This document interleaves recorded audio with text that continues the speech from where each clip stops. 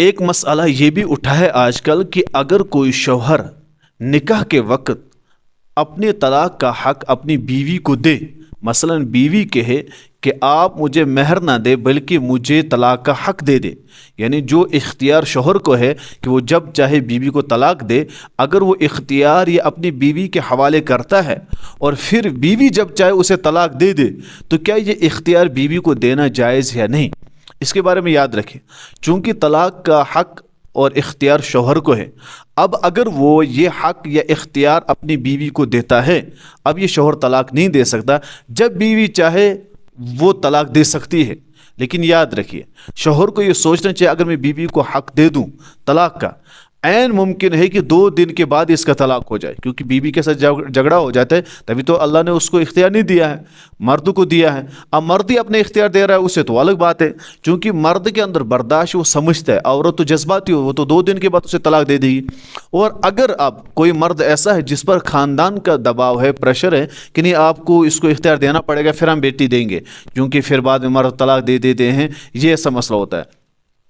تو پھر اس صورت میں یاد رکھیے کہ اگر مردوں کو لگے کہ مجھے اس طرح کا مسئلہ ہے، گھر کی طرف دباؤ ہے، تو وہ طلاق رجعی لکھ کر دے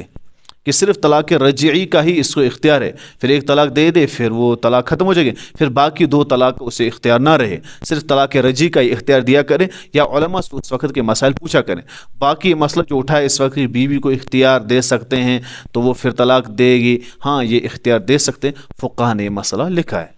رہا مسئلہ ہمارے یہاں شب برات کے دن حلوے پکانا، شب برات کے دن باہر جا کر آگ جلانا، شب برات کے دن عبادت کے بجائے باہر تفریح کرنا، یہ کہ شرعاً جائز ہے، یہ تمام بدعتیں ہیں۔ یہی وہ لوگ ہوں گے جو قیامت کے دن جب یہ قریب ہوں گے نبی پاک صلی اللہ علیہ وسلم کے، جبرائیل بیچ میں ایک پردہ ڈالیں گے، نبی کہیں گے یہ تو میری امتی لگ رہے ہیں، جبریل کہیں گے یا رسول اللہ صلی اللہ علیہ وسلم انک لا تدری ما احدث بعدک، آپ کو نہیں معلوم آپ نے جو عبادت ان کو جو طریقہ بتایا تھا انہوں نے اس کو چھوڑ کر ایک نئے طریقے کو گڑھ لیا، انہوں نے رات کو کھانے کو عبادت سمجھا، باہر ناچ گانے کو عبادت سمجھا، باہر آگ جلانے کو عبادت سمجھا۔ اس وقت کے علماء نے ان سے کہا تھا یہ بدعتیں خرافات ہیں، لیکن انہوں نے اپنی ضد، حسد اور جہالت پر اڑے رہے اور ان کاموں کو انجام دیتے رہے۔ پھر نبی کہیں گے دور ہو جاؤ، دور ہو جاؤ، دفع ہو جاؤ، بدبختو تم نے دنیا میں میری قربانیوں کو یاد نہیں رکھا اور آج میرے ساتھ تم نے اس طرح کا سلوک کیا کہ تم بدعتوں کے پیچھے رہے۔ تبھی تو نبی پاک صلی اللہ علیہ وسلم نے یہ بھی فرمایا کل محدثۃ بدعہ وکل بدعۃ ضلالہ وکل ضلالۃ فی النار، ہر ایک نئی چیز بدعت ہے، بدعت گمراہی ہے اور گمراہی جہنم میں لے جائے گی۔ اب نئی چیز دیکھ لوں ہم شب برات یا کوئی بھی رات، آپ دیکھیے جس قوم نے شب معراج کو منایا جس کی کوئی اصل ہی نہیں ہے، جو کہیں تاریخ میں تھا بھی نہیں،